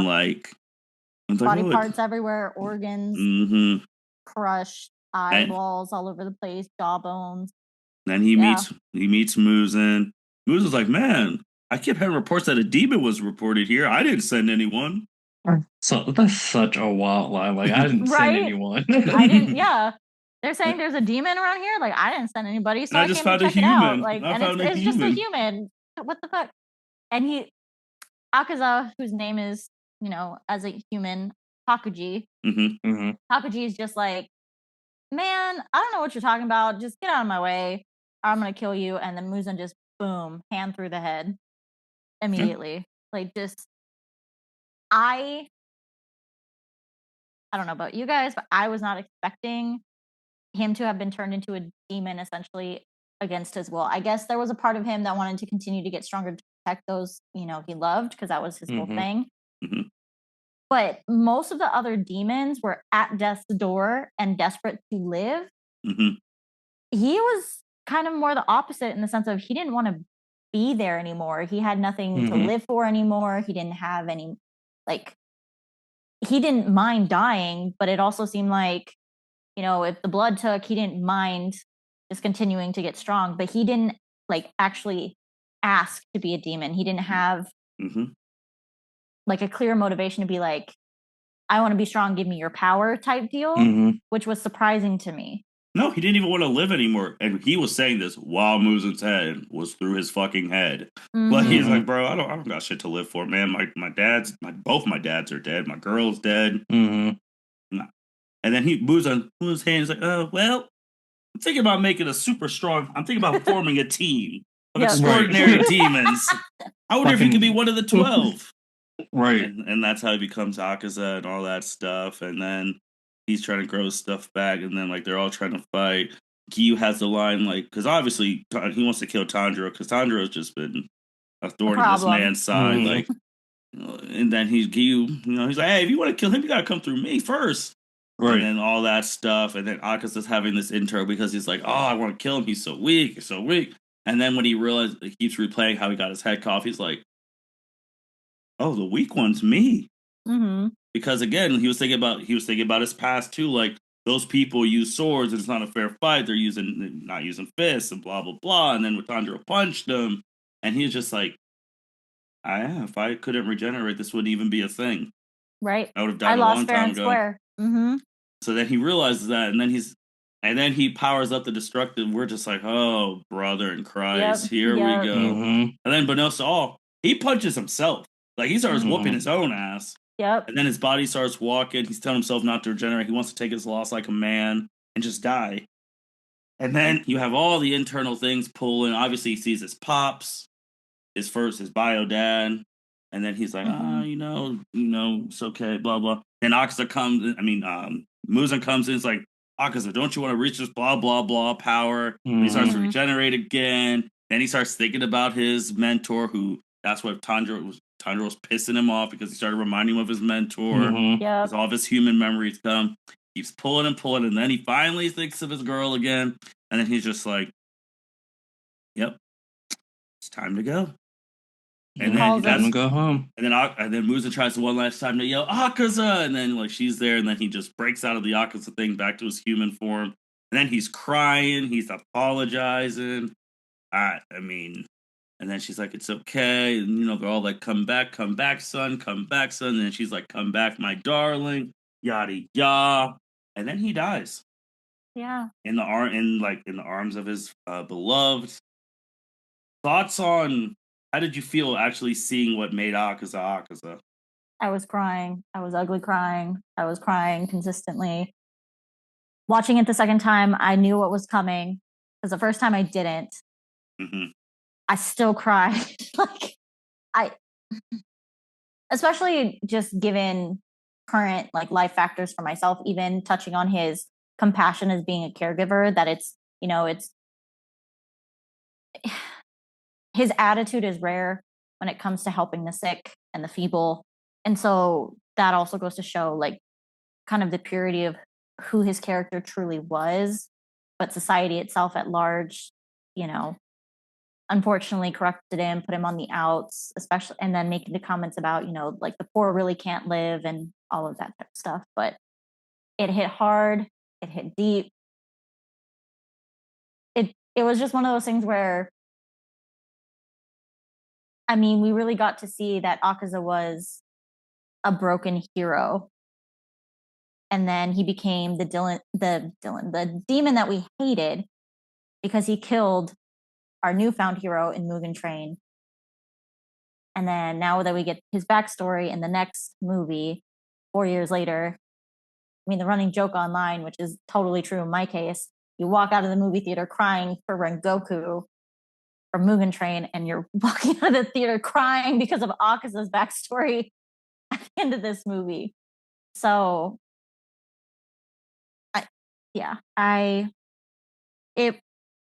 his backstory was beautifully written. It was laid out in a way that made sense. His Koyuki, his love, I had already seen that his compass needle was based on her hairpin. I didn't know her name. Which is a big deal because when they become demons, they don't remember their human life at all. So that was all subconsciously like that's just like his fighting styles from his master. Like that was all to go to your thing about Andrea's thing. Like, dude, he didn't really want to do this shit. Like he didn't want to be a demon by choice. Right. It's just he was found because of his great talent. And it also, we had already known that he never fights women, but not to say that women are weak, but it's probably just more so that he's already so strong compared to most other men that he feels like it would be an unfair fight. And that's probably also a carryover from his character as a human. But there was just, and I've gotten more information being on the outside now, seeing all the reels. Thankfully, I didn't have any popping up on me before I got to see the movie on Friday. But there were other little hints all over the place of how her impact on him pops up in his demon form. And one of them, I think I shared with you, Martin. I don't remember if I shared it with you too, Byron. If not, I need to send it to you. But do y'all remember seeing Akaza in the entertainment district looking up at the fireworks? Mm-hmm. I didn't I remember don't that. remember that. Yep, because the fireworks, they were going to meet the fireworks because, he was supposed to die like every day, but then she made it Mhm. to the point where the fireworks and the proposal and all of that stuff. Also with his demon art, like you said, the compass is like her thing. Mhm. That's the reason he could sense, because he never wants to be caught off guard again. He could sense Mhm. killing intent. He could sense all that stuff, because when he couldn't sense that stuff, that's when his loved ones died. So that's also a subconscious thing with that. And then the women thing, I'll say the thing now because I was teasing in the earlier thing. And this goes back to the meeting that they had in the castle. Right. Akaza actually does not eat women at all. Mhm. That's a subconscious thing again, probably because the person he probably loved the most in the end was his girl. That is the reason that in the short time Doma was able to pass him. That's why. Yeah. Because women are more nutritious because they can also give birth. That's the other thing too. Like, so all that's the other thing, that give birth, and like them being pregnant. That means you're eating for 2, 3, maybe 4. Who knows? So, but Akaza refuses to eat women. Doma's like, I'm gonna eat all. I don't care. So that's why Doma was able to pass him, and that's why when he brought the line, like, oh, Akaza's mad because I haven't been a demon as long, but I'm ranked higher than him, or I passed him up essentially. And that's why. But also, I think it's especially just their personalities clash and their morals clash, especially knowing that Akaza really, he says he despises the weak, but it's more so that he despises being weak, not strong enough to protect the weak. Because we see, again, with him caring for his dad, caring for Koyuki before they like fall in love without any like griping or complaining. He's got more than enough compassion for those who can't fend for themselves, care for themselves. So it's not that he inherently hates weak people. It's he hates being too weak to protect others. Yeah, that's where we find the whole bit of that. Yep. And Doma, as we've already stated, is a condescending prick. And he revels in others' weaknesses and he exploits them. Because this is also where we learn, like, explicitly that I think it's his parents set up a whole religion founded on, this is a child who hears God because, he has rainbow eyes and his hair is gray, signifying his innocence. And he's shown at probably, again, around like 5 years old, being like, wow, you guys are all pitiful. You cannot grasp the reality that we are here and then we are gone. I don't hear messages from God, and y'all actually believe that?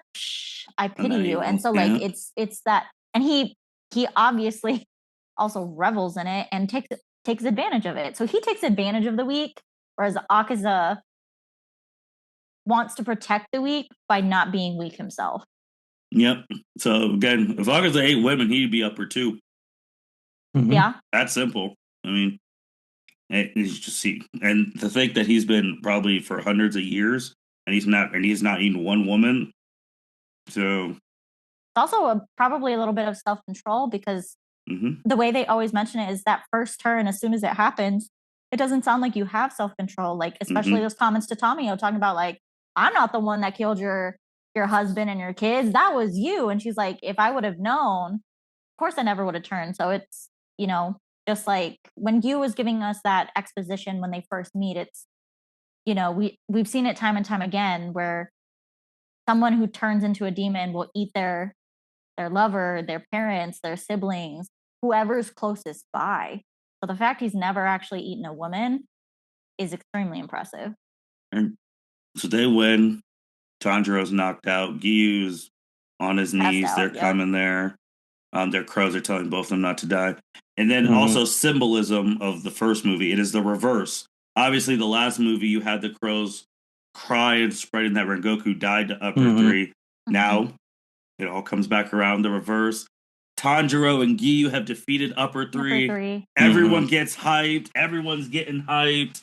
Like, Gyu, yo, man, Toki, they're like, did you hear that? Yeah. He's like, oh, good job. Mhm. Giyu and Kanjuro just like, oh, they're so great. Let's Mhm. go. And then Obanai's like, yeah, we got to follow the lead now. And then Sodomi's like, oh, I'm trying to find out. Like, everyone is hyped now. Like, it is the reverse of Mugen Train because everyone's sad when Goku died. But now Upper 3's dead.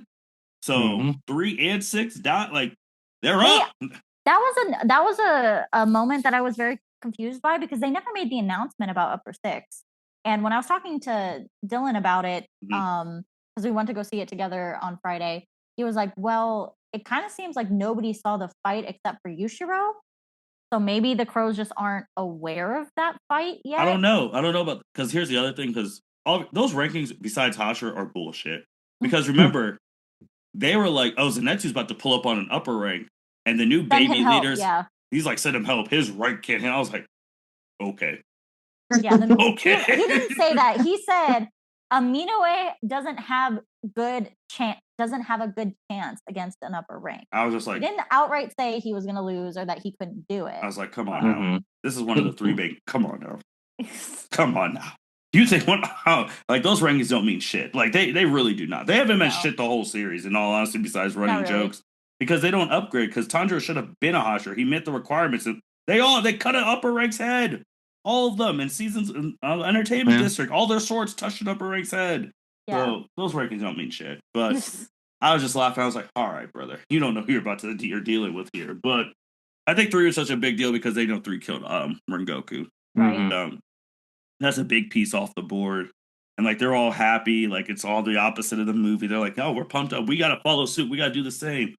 And then, man, you see, and then the reverse. Now the demons gotta feel that pain. They're like, whoa. Upper one's like, I don't sense precedence. You really died? Yeah. Weren't you supposed to beat me? Weren't you supposed to kill me? You were about to reach this higher level of power and you just let it go?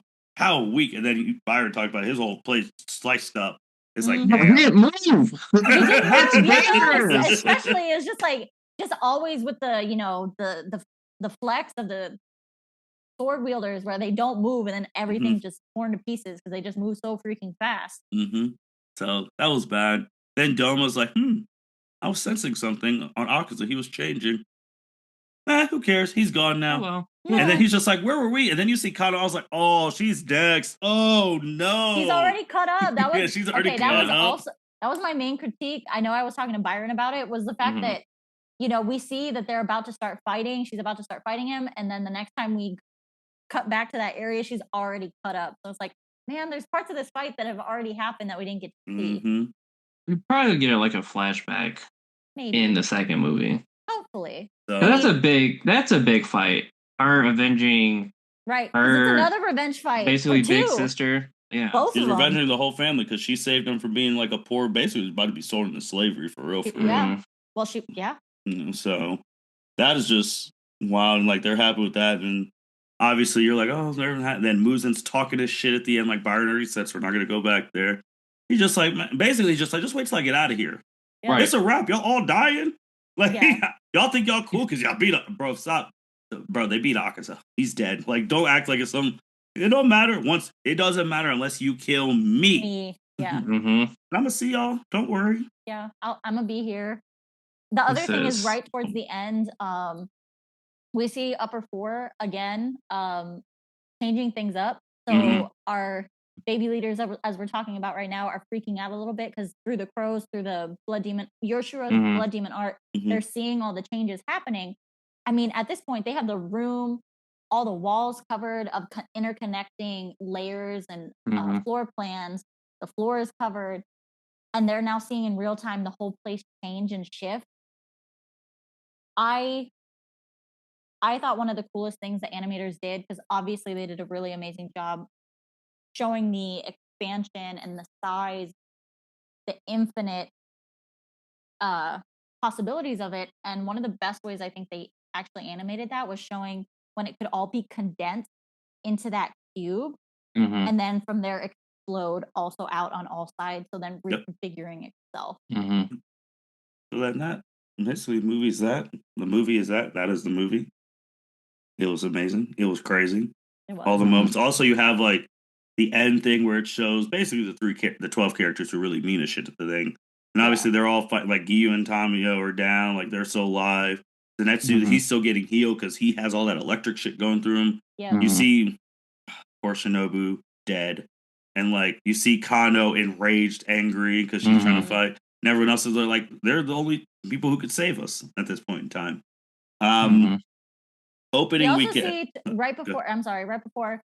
We don't really get to see Inosuke much in the movie, but we see him just briefly twice with his whole "I'm coming through," and at the end during the credits, he's low-key threatening the crow that's guiding him around, telling him, "Take me to an upper rank. Show me where to go." From what I feel like he might be heading towards Doma.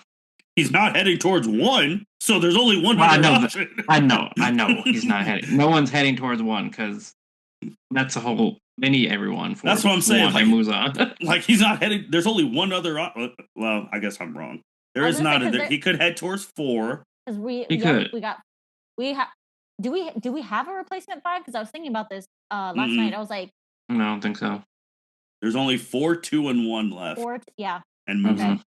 And we know he's not going to 1. That is out. Yeah. That is so out. he's either heading to 4 or 2, but I think he's heading to Doma.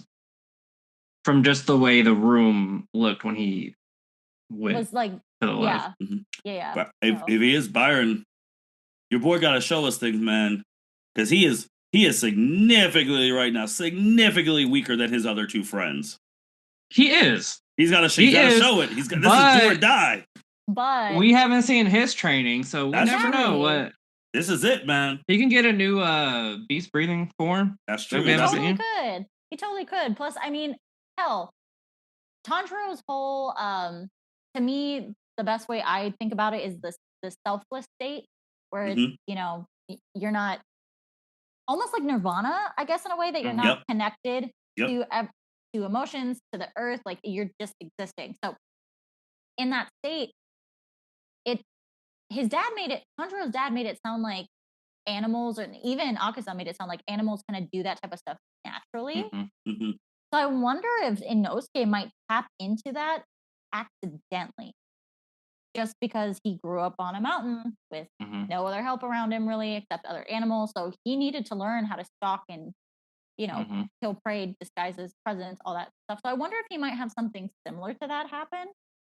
Maybe. I don't know. He's got to do something. Him, Kano too. Like Kano's getting over it because she get her ass whooped. Like they need to do something because you've heard all this stuff about her. Again, those rankings don't mean shit.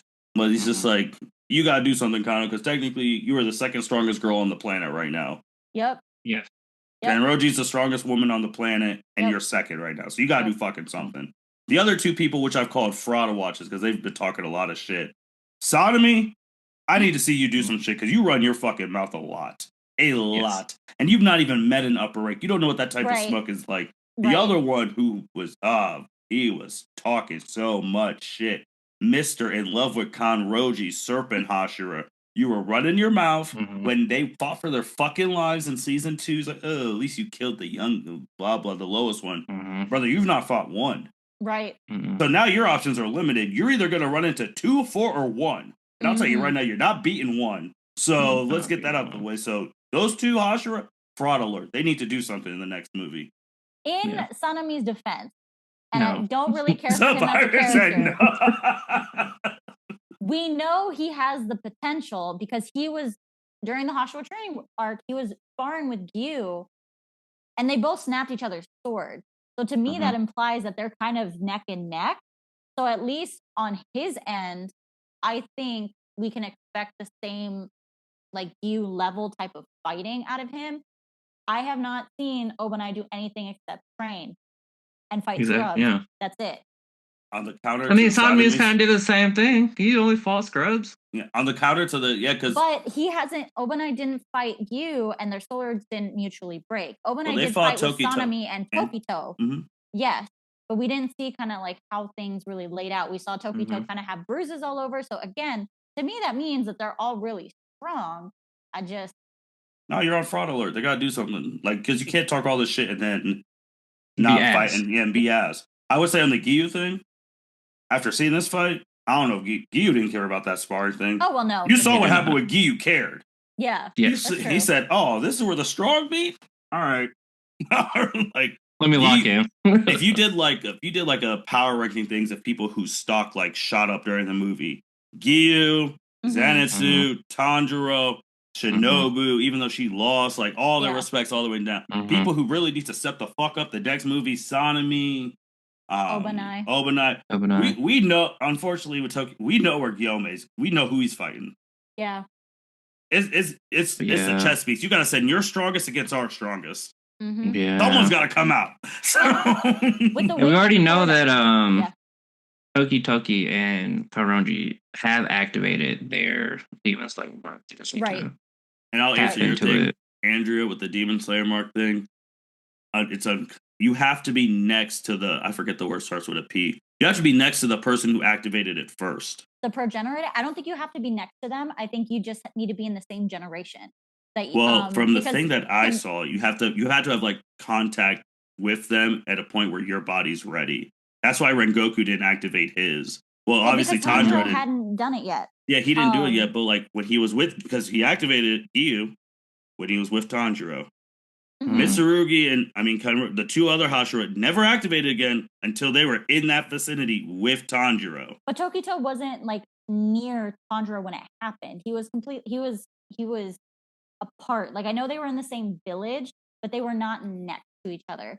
And from my understanding, part of the reason I think Shinobu never activated the mark is I think because she's not able to cut off a demon's head. Because she's not strong enough to do that. And I think that might be why she didn't activate the mark.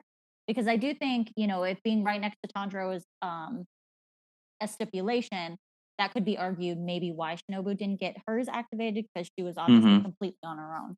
But to my understanding of it, it's just being in the same generation and the progenitor, the first person activating it, anyone else meeting those other requirements where they said, or Tokito, I shouldn't say they, because Kanroji couldn't really describe it, and neither could Tanjiro. But Tokito saying that his temperature was 104 and his heart rate was it 200 beats per minute? Like it was, their bodies were in overdrive at that point. And yeah, because they said the first thing, just like, now I can look at it now. The very most important thing is you have to be in contact with the individual who possesses the mark or has been marked before. Oh, so they've all had contact with Tanjiro. They do. Well, not post. Well, yeah, that's weird because it's like you have to be that, and then once you do that, then you must survive extremely life-threatening conditions like the heart rate conditions, which can be proven fatal in most cases. And then they said, "Oh, I don't need to read all that shit because I don't want to get spoiled." Right. But it's like, yeah, Tanjiro was the first. And then that obviously happened in the district. And then it is followed suit. And Giyu got his because he was right there. I mean, he's been in and he's reached the condition, like his condition. Life or death. Shinobu didn't reach her condition. Which is strange because she were literally in a life or death situation. Yeah. Well, you could just think of the thing, like, then you could really think about if you want to upplay him. Zenitsu was in life or death. He's been in contact with Tanjiro the most, and he didn't activate shit. Yeah. He didn't need it. He was like, you're dead. That, and again, he didn't fall into, yes, it's life or death situations, but in specifically, they're also referencing the internal situation going on of, if your heart rate's going 200 beats per minute, you're at risk of dying. If your temperature is 104, that's fever level. You need to get to a hospital. You might not survive. So it's also an internal conditions for survival, not just I'm in a life or death sword. Okay, so to your point, I guess her lungs were freezing, so I guess she wasn't in that. So you're gonna call it body right temperature. Kano and Inosuke, Demon Slayer marker now. I think so. I think they have to. With the freezing, if their body temperature doesn't get to super high or their hearts don't get over 200 beats per minute, then I don't see how they're going to activate their Slayer mark. If that's what those like the two main requirements, unless there's a secret requirement that we don't know about. And there could be, because again, they're all going off of basically Tokito's description of like how he was feeling the moment that it happened. And kind of loosely Tanjiro and Tanroji's description, kind of how Mhm. their chests were going boom, boom. But Yeah. that was basically all they could really say. But I think so. I think they will. Oh, here's the I thing am. too. Oh, go ahead. That I'm not gonna. Barring, I guess she counts in this generation. I don't know why. Shinobu's sister and Rengoku, um, Shinobu and Tengen. The reasons why they didn't activate it. Tengen didn't activate it because Tanjiro's didn't awaken, and there was no Mhm. precursor. Tengen also retired shortly after the battle. In Mhm. Shinobu's case, it's likely due to her not being a part of the Hashira training, and as such, never got to like push her body to her full Oh. limits. So your Yeah, because she was doing the experiments Experiments, with yeah. the drugs. He was Yeah. in the lab. so you have to your body has to be ready.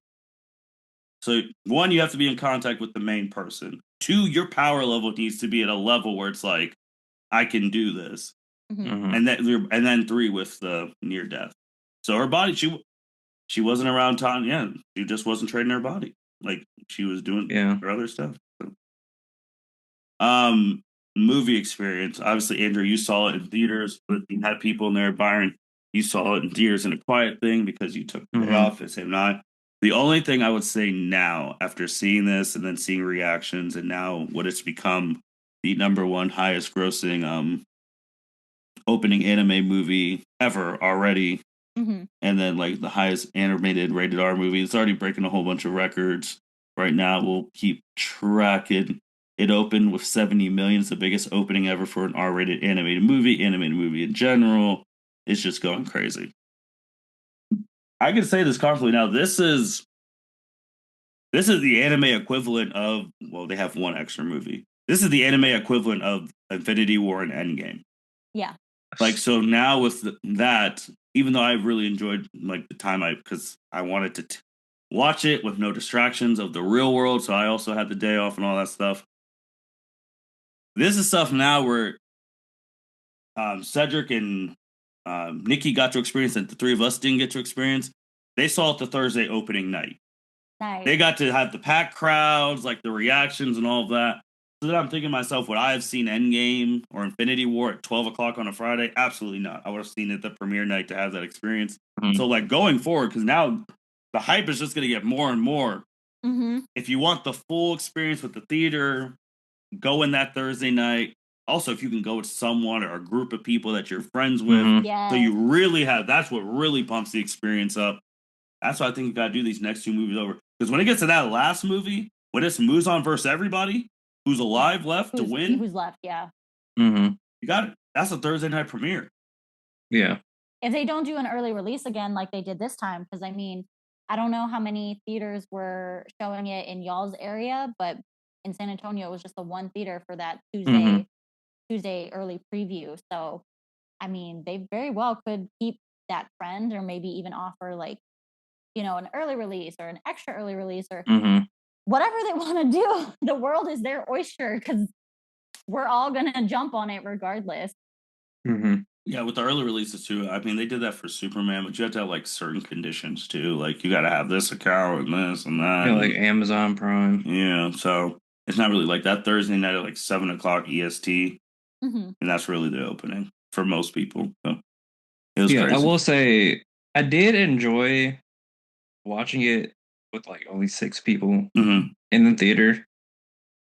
But I definitely do want to see the second one, like in a packed crowd, to see what that experience is like for. Because I think when I saw the Mugen Train, like I said, it was a week after. I don't think there were that many people in there because me and my brother went together, and I think maybe there's like a handful of people.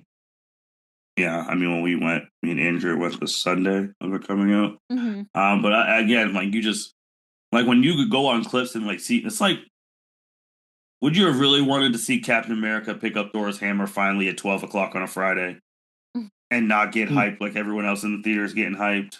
Right. Like that's Yeah. what like after seeing it now, like when you start watching the clips of crowds going crazy in India and like all these places, you're Mhm. just like, I was like, I haven't felt that energy since Endgame and Infinity War. Or Mhm. like that gas when Thanos snapped and they actually lost in Infinity. that's how everyone felt when Shinobu died. Like, Yep. Mm-hmm.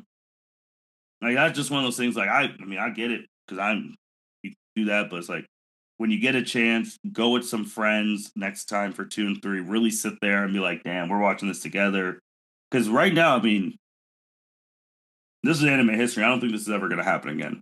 The levels this is reaching, this is going to be the #1 movie in the world for the next couple of weeks.